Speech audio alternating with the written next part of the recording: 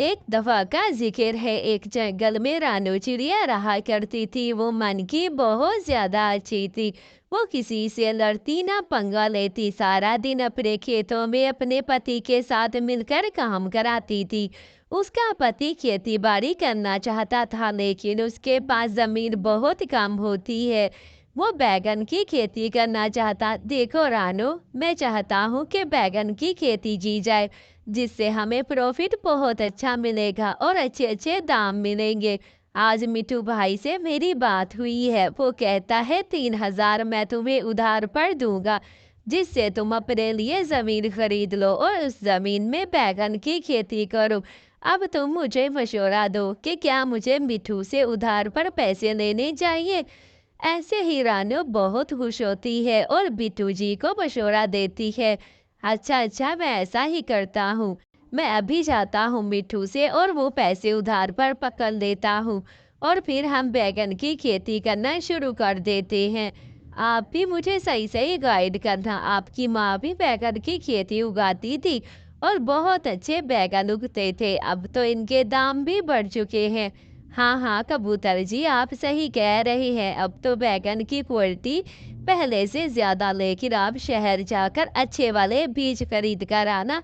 अच्छे वाले बीज खरीदेंगे तो वो जमीन पर अच्छे में कुछ पैसे हैं, 1,000 रुपया, उससे जाकर बीज खरीद ले और जमीन कितने की बिक रही है वो भी खरीद ले। ठीक है, बाकी हम जैसे। ठीक है रानो, ठीक है। पूरे 2,000 में जमीन बेच रही है, 1,000 रुपया बचता है, उसके मैं जाकर बीज खरीद लेता हूँ। तुम अपने 1,000 रुपया रख लो, जब जरूरत पड़ेगी मैं तुमसे ले लूंगा, ठीक है ना। अब ऐसा करता हूँ, मिट्टू के पास जाता हूँ, उसे उधार ले लेता हूँ और फिर अपना काम शुरू करता हूँ।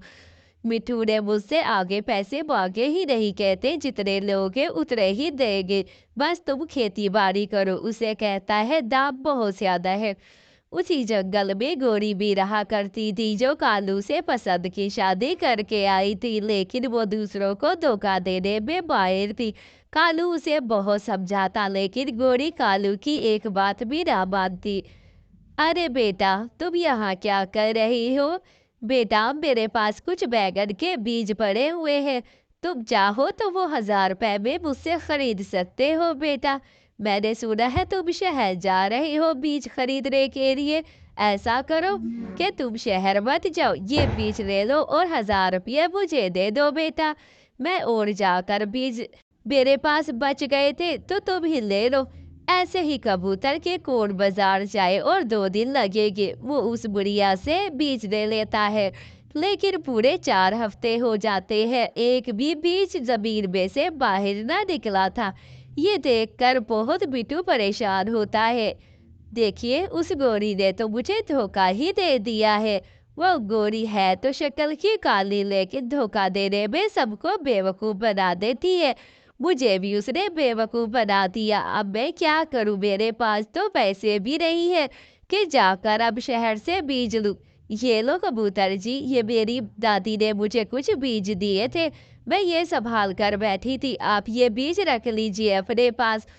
ऐसे ही वो दोनों खेतों में जाते हैं और सारे के सारे बीज अपने खेतों में लगा देते हैं।